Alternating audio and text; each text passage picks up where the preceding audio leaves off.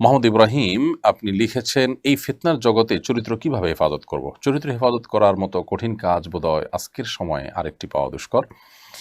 এখনকার তরুণদের জন্য শুধুমাত্র নিজের চরিত্রকে, নিজের যৌবনকে সকল প্রকার হারাম সম্পর্ক থেকে বাঁচিয়ে রাখা, চোখকে হেফাজত করা, চরিত্রকে রক্ষা করা, এটা হলো তাদের জন্য সবচেয়ে বড় বুজুর্গি, এটা হলো তাদের জন্য সবচেয়ে বড় ভালো মানুষ হওয়ার লক্ষণ, আল্লাহওয়ালা হওয়ার জন্য সবচেয়ে বড় ধাপ এখনকার ছেলে মেয়েদের জন্য।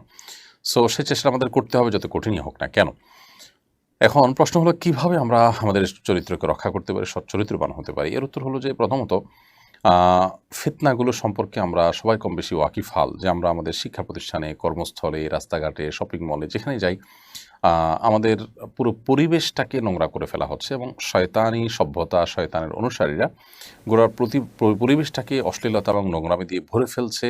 ইমানদারদের শত্রু শয়তান, শয়তান তার দোসরদের দিয়ে সে এখানে অনাচার এর যে চাষ, অনাচারের যে বীজ, সেটা সে এখানে বপন করছে।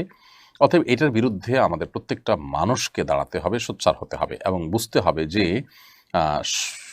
সর্বতভাবে আমাদেরকে আষ্টেপৃষ্ঠে ঘিরে ধরছে এবং সব ধরনের ফিতনা আমাদের উপরেই পতিত হচ্ছে। এটি যদি আমাদের মাথায় থাকে, তাহলে সেটিকে মোকাবেলা করা কিছুটা হলেও আমাদের জন্য সহজ হয়ে যাবে। কারণ আমরা যখন জানবো যে চতুর্মুখী ফিতনা আমাদেরকে গ্রাস করছে, তখন এটার মোকাবেলা করাটা আমাদের জন্য ইজি হবে এবং সহজ হবে।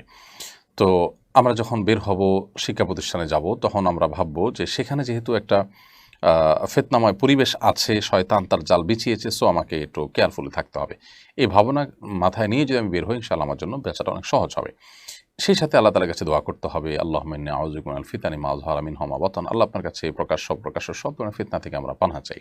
সে দোয়া আল্লাহ তাআলার কাছে করতে হবে।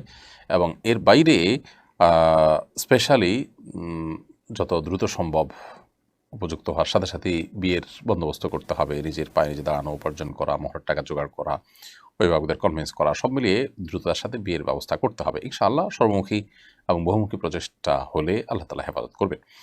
এমনি মারুফ আহমদ লিখেছেন, কোনো মানুষ মরুভূমির এমন অবস্থায় চলে গেল যার আশপাশে পানির কোনো ব্যবস্থা নেই।